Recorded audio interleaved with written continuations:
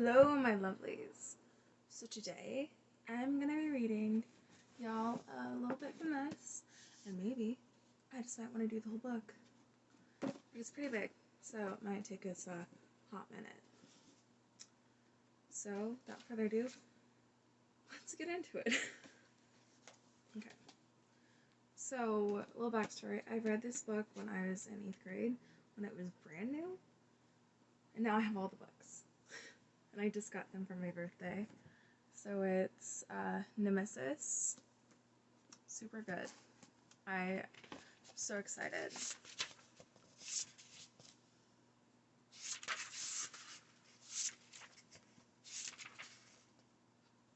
The sun rises, but not for me. I know what day it is. Will he come sooner or later? I don't know. But it doesn't matter. He'll come. And when he does, I'll die. It's kind of chilling, isn't it? Prologue. Sunday, September 17, 2017. I swear to myself I wouldn't die that day. Up and down. Come at me, you bastard! Sweaty palmed as I gripped a battered Lois Seville slicker, eyes glued to my bedroom door. He was already inside the trailer. Early this time. As the first shattering rays of the sunshine began peeking over the mountains while Mom was still at work, I heard the front stoop creak and instantly knew who would come. That I was trapped, right here, in my own home. Another unpleasant first. I wasn't scared.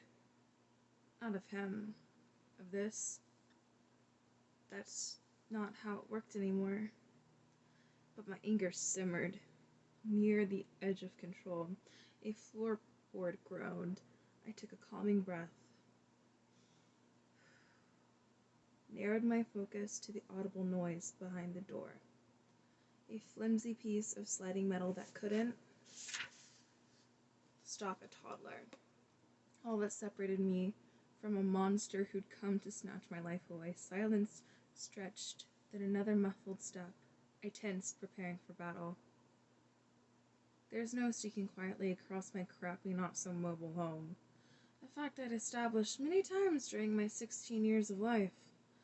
I knew exactly where he was standing, how his weight was aligned, what the man was seeing as he peered across our shabby shingle, single wide eyes glued to the only other place it could be. So why the delay? I thought furiously. Cycling through possibilities. Was he waiting me out? Could he possibly believe I didn't know he was there? The first shot exploded the door. High and left, but I panicked just the same. A gun this time. I dropped into a crouch. Options rapidly dwindling. The windows. I darted toward a grimy, dirt-streaked square of glass overlooking my single bed. Too quick. I never sensed the trap. The second bullet punched through the closet, slicing into my right shoulder, spinning me like a top. I gasped in pain, fell against the bedside table. The third shot tore through into my chest. My legs faltered. I tumbled to the floor, struggling to breathe. Blood bubbling on my lips as I stared up at the dark fluorescent lights on the ceiling. Pain triggered everything red. He'd been waiting for me to flee. I'd accommodated him. Checkmate. I lose, so I die. Happy birthday to me. The door slid open. I barely flinched. A man entered, tall and thin, with coal black cut short, high cheekbones, narrow, elegant nose. He wore the same unarmored black suit as always. Silver sunglasses, shiny black boots, his work clothes, I suppose. Behind the opaque lenses, his face was utterly expressionless. That always got to me. kind of human could do such horrible things, yet shows zero reflection of them in his features? A psychopath. That's who. The black-suited man stood over my punctured, broken body, squaring his shoulders. He pulled the slide on his weapon, a gleaming black handgun that fit snugly into his palm. The barrel rose. Why? I croaked as my heartbeat lost its rhythm. We'd been through this before. Same question. Always the same answer. Always the same question. I'm sorry, he said quietly, taking aim directly between my eyes. Same reply. He always apologized. I wasn't going to scream. I'd done it before. And refused to give him the satisfaction. I wasn't going to beg either. I'd learned that didn't get me anywhere. But I wanted an answer. Why? More gurgled than words. Liquid was filling my mouth, hot and wet. The hole in my chest burned like the silver of the sun. I knew a response wasn't coming. So ever so slowly, marshalling my last remaining strength, I lifted my arm.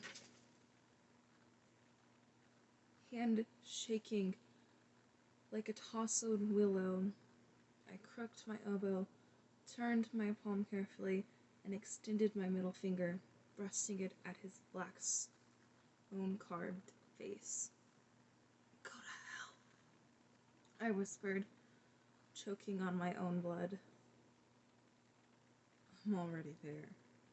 A thunderous bang followed immediately by another. Agony. Then nothing. Hollow death. Long time no see. Darkness enveloped me. Part 1. Men. Monday, September 18th, 2017. My eyes slid open. Blink, blink, blink. Birds zipped by overhead, squabbling as they rode the updrafts, inhaling deeply. I smelled huckleberry and the red cedar mixed with the indescribable sharpness of the evergreen trees. Pine straw was jabbing me in the back. A sour tang filled my mouth, like I'd been sucking on pocket change. No pain, no lingering or sadness or rage. I felt nothing. Absolutely nothing. Just a tenderness to the scar on my left shoulder. Exactly like last time. The time before that, and the ones before those. I was lying in the center of the forest clearing. The clearing of the course, tucked inside a stand of long leaf pines on a jagged slope to the north of my tiny Idaho town. A glance at the sky told me it was early morning, but not the same day as before. Though I knew it was pointless, I tried to remember how I'd gotten there. But I was grasping at smoke. There was nothing.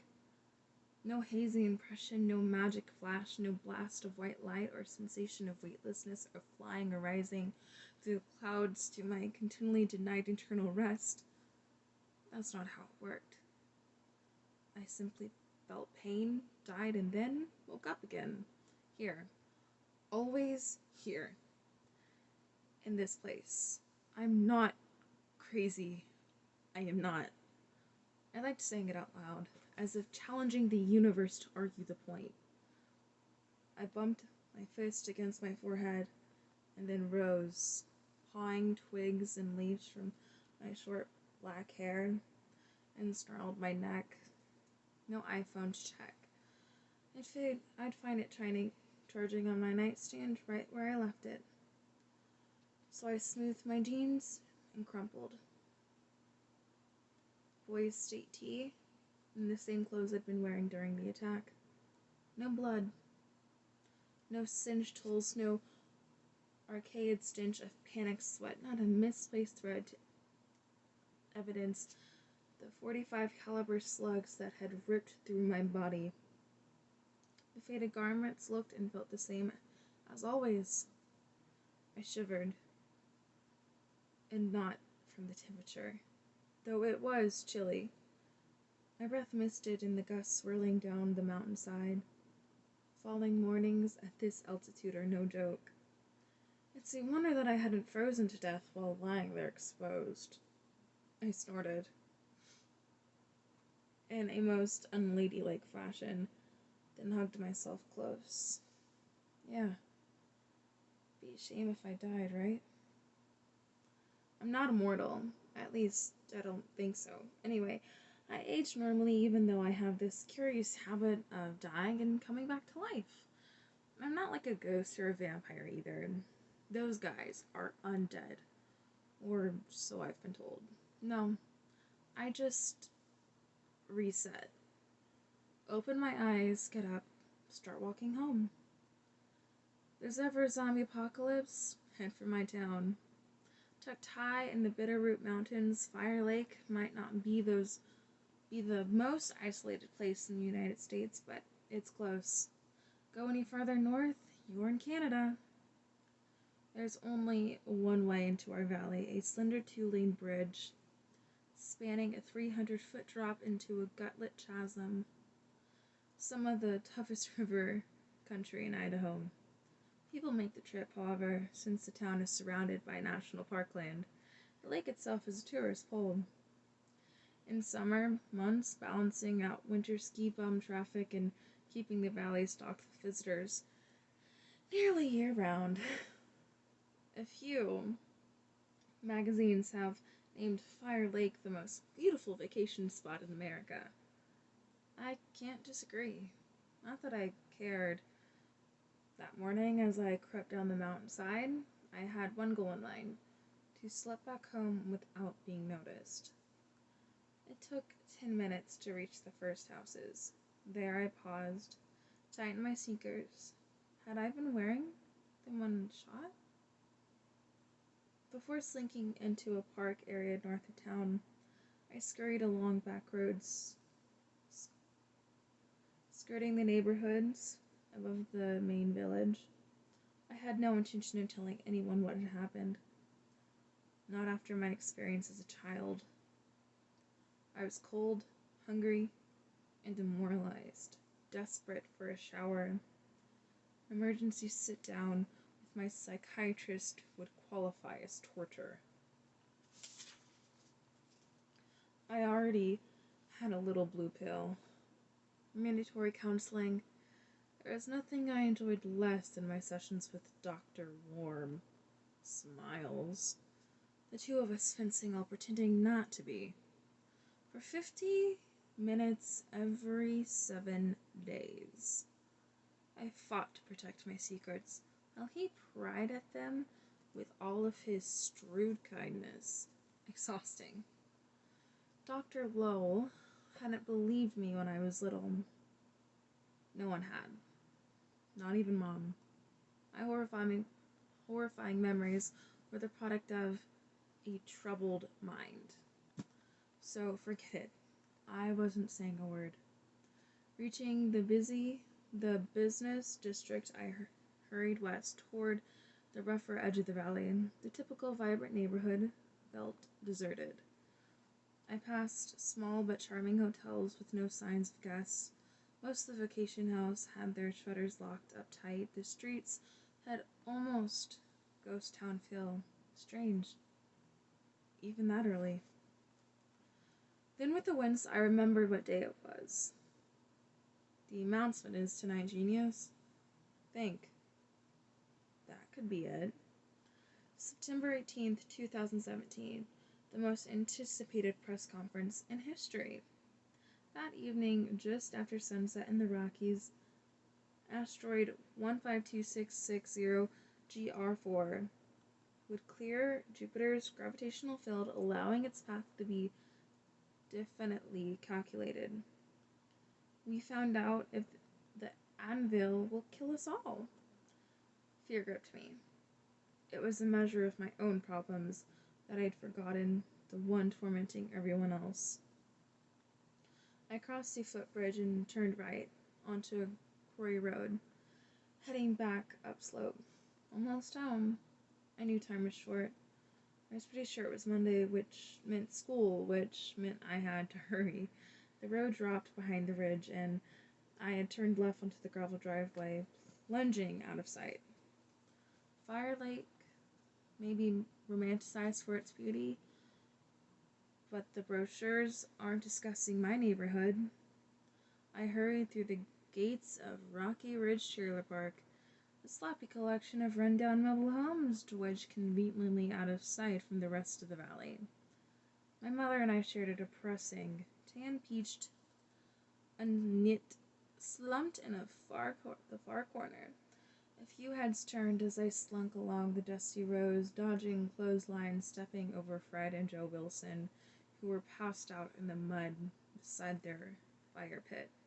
Fred's lawn chair overturned, resting on his face. Early risers were puttering about, watering plants or coaxing dogs to do their business. But no one spared more than a passing glance. It wasn't that kind of place. The gazes I did meet carried an unspoken anxiety. People moved stiffly, almost robotically, frowning to themselves as if even mundane tasks were nearly more than they could bear. I bristled at the tension. Yes, humanity was in danger of extinction. I knew the awful truth. If the anvil struck the planet at any angle, almost nothing would survive. Doomsday might be at hand, and we'd find out in just a few hours. I couldn't deal with both things at once. In just a few hours. But I couldn't deal with both things at once. Not then. Not after what had happened in my bedroom. Sorry, world. I've got my own problems. My steps slowed as I drew close to home. I'd been gone nearly 24 hours this time. All the dust before. I'd never missed an entire night. My mother had grown used to my unexpected comings and goings, a pattern I'd cultivated to cover this very situation. But I was definitely pushing it this time.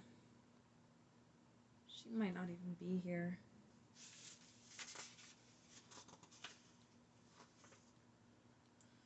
Mom had been working the graveyard shift for 3 weeks, pouring coffee for the glory minimum wage. It was possible I'd beaten her home. But there wasn't a car to tip me off. We didn't own or need one. I couldn't remember the last time we'd left the valley. Mom walked into town every day, same as me. I studied the stoop for signs, smudged handle, wet footprints on our grubby welcome mat, but nothing outside the trailer caught my attention. Then a shudder passed through me. The black-suited man was here. He came right through to the end of my life. Anything I detected could be his doing. My pulse altered. It took me several moments to calm down. Then, disgusted with everything, I lurched forward and pulled the screen door wide. She was home. Keys on the counter. Her iPod was connected to a pair of desk speakers on her redneck stereo, and Eldel was croning softly in the gloom. The TV was off. Our router blinked at me from across the room. I demanded Wi-Fi to live, and had finally gotten my wish the day I turned 13. An odd number birthday. So safe, and not unlucky at all. One of the few that had actually been pleasant. Not that we paid for an internet service. There were dozens of tourist businesses in the valley. Nobody noticed this little stolen bandwidth. Mom and I usually swiped ours from the ski resort, straight east. Even our cable was sucked up under the table, thanks to a friend. Her door was closed. I imagined her crawling into bed a few minutes ago, worried sick about me but worn out after another back-breaking 12-hour shift. My room at the opposite end. I crept across the living room, wincing with every creak. The irony wasn't lost on me. Reaching my door, I paused to examine it. No bullet hole. The metal slates looked exactly as they always had. I slid the door open. The track fell to squeak for the first time I could recall. My heart skipped a beat. I rarely discovered mistakes. Inside my room was in perfect order. Bed made, clothes neatly folded, shoes and haphazard piles on my desk. The carpet was clean, no damage in the closet or floor walls. My fifth murder erased. Like it never happened. A thump carried across the trailer. Crap. I shed my clothes and ruffled the covers, hoping Mom might think I was just getting up rather than getting home. I waited a minute, then yawned, theoretically, opening my door and trudging. Sorry. Might be morning for her, but it is night for me. Mom might think I was just getting home. I waited a minute, then yawned theoretically, opening my door and trudging to our shared bathroom. It didn't take long. The living room stretches only 20 feet. A seedy couch, a beanbag chair, and Mom's ancient rocker surrounded a coffee table, where we ate every meal. Bookshelf, floor lamp, battered desk. You could pack up everything and move inside of an hour, though we'd probably just leave the stuff. Her door stayed shut as I scrubbed my teeth while showering, washed my face, and ran her brush through my straight black hair that barely reached my chin. I paused a moment, staring into the mirror. Saw the ghost of my mother 30 years ago.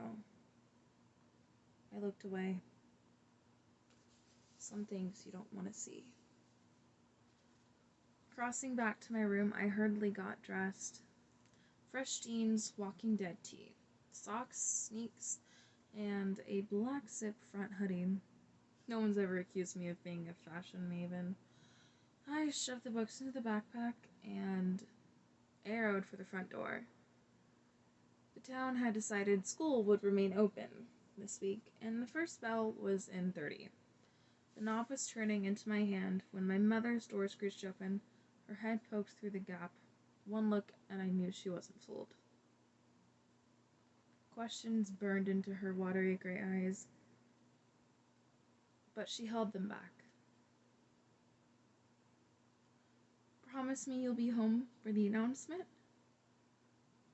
Mom was short and slim like me, with long stringy hair, going white at the roots, pale skin pulled tight over bird-like features, and a thin-lipped, frowning mouth.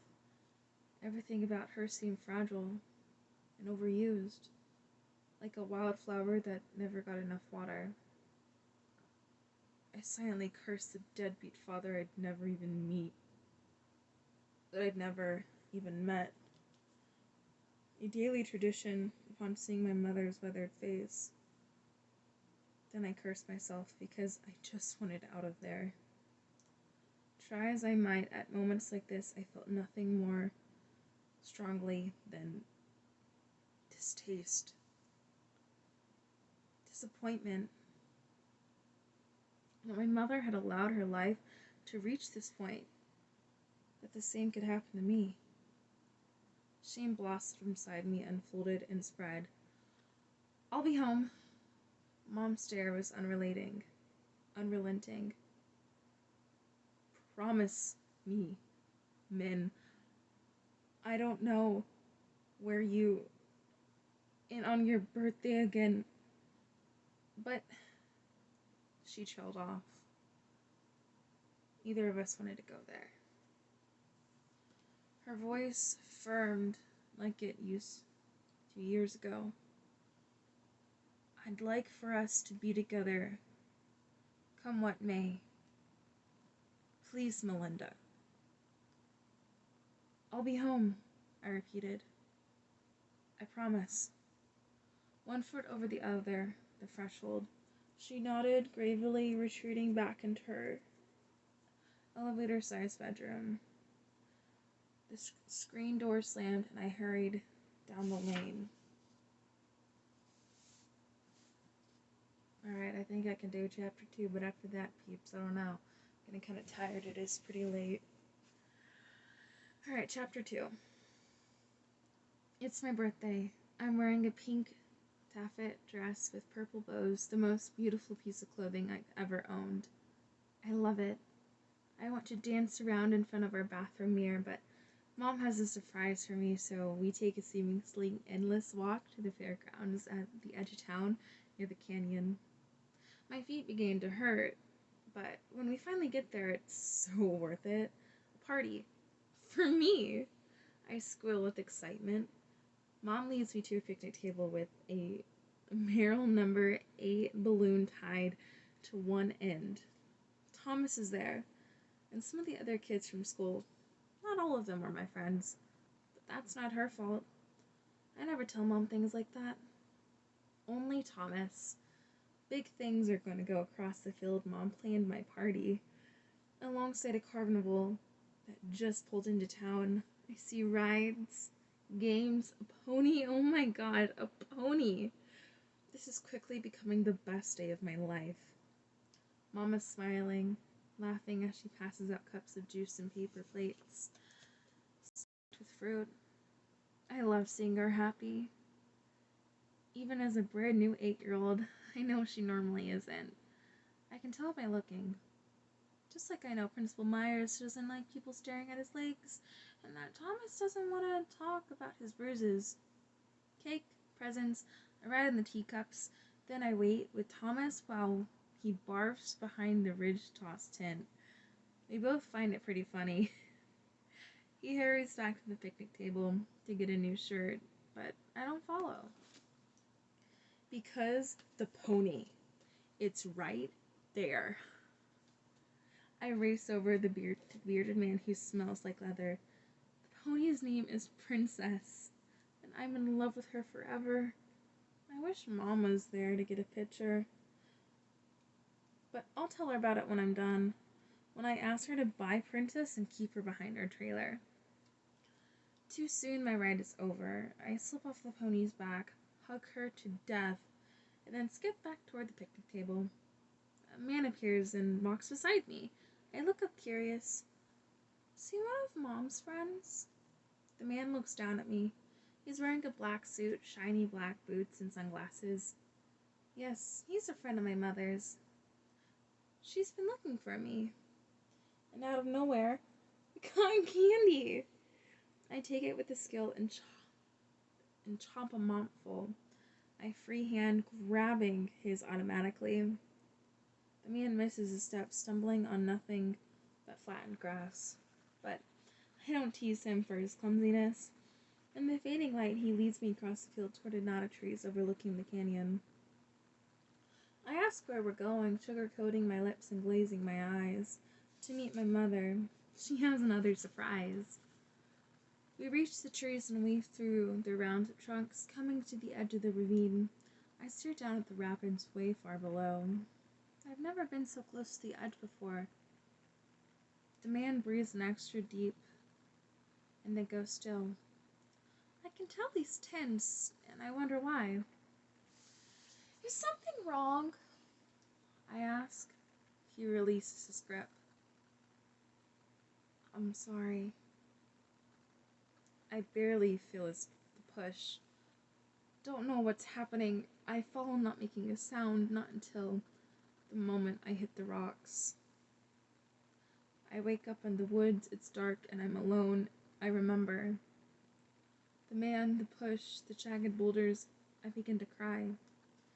Tears streak down my cheeks as I rush my hands over my arms and legs. I'm not hurt. My dress isn't even dirty. I scream for anyone who might hear me, racing down the mountainside toward the distant glow of the town. I find a path, a road, and then a man walking a Yorkshire Terrier, his eyes widen as he shouts for someone named Gel. A blanket enfolds me. Flashing lights, a warm drink with marshmallows. I get to ride in a police car. All the way home to the trailer park. Mom is there. She's been crying. Hugs me so hard I can't breathe. Everyone has questions. Mom, neighbors, a police officer. And then a hefty man with a mustache appears.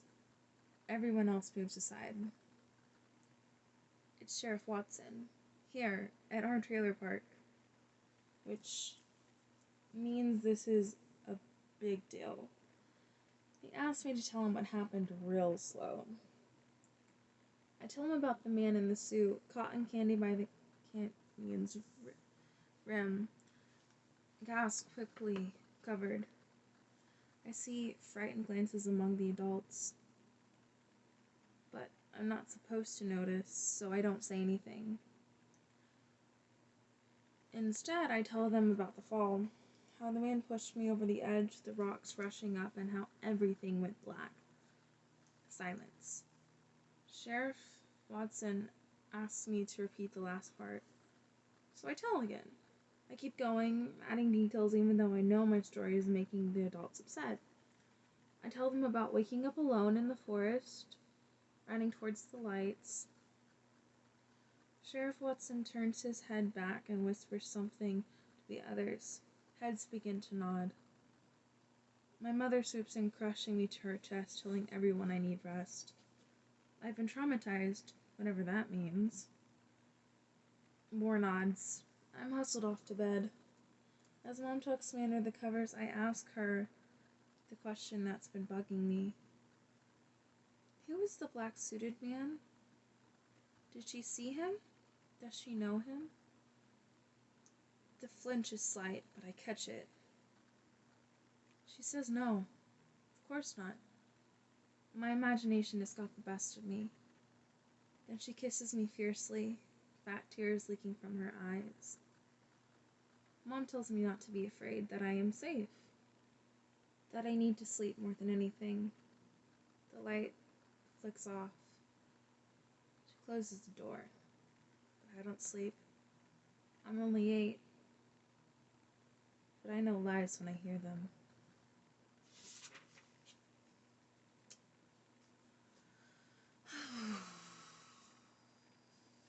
Alright, I'm gonna pause this for a second, and then if I come back I might say bye, I might read a little bit, but I need to check the time, y'all. The time. So just in case. Bye, lovelies. Just in case.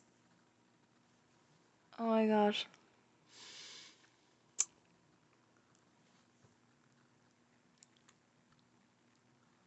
Are y'all just letting me sit there, read, put that on my teeth? Great. That's not humiliating at all, you guys. No. That's not humiliating at all. I rocked it like a queen. Y'all, it is like 2:59 in the morning. But I'm still gonna read another chapter. Cause I can. Cause I motherfucking can, bitch. Also, I don't know when to stop because it's so good. Besides, okay. I don't know. Oh. Okay, I think I need to know when to stop. This is hard, guys, but I'm gonna put it away. I will pick this up another day. So if you want to know what happens, tune back in. Love you, my lovelies. Mwah. Bye.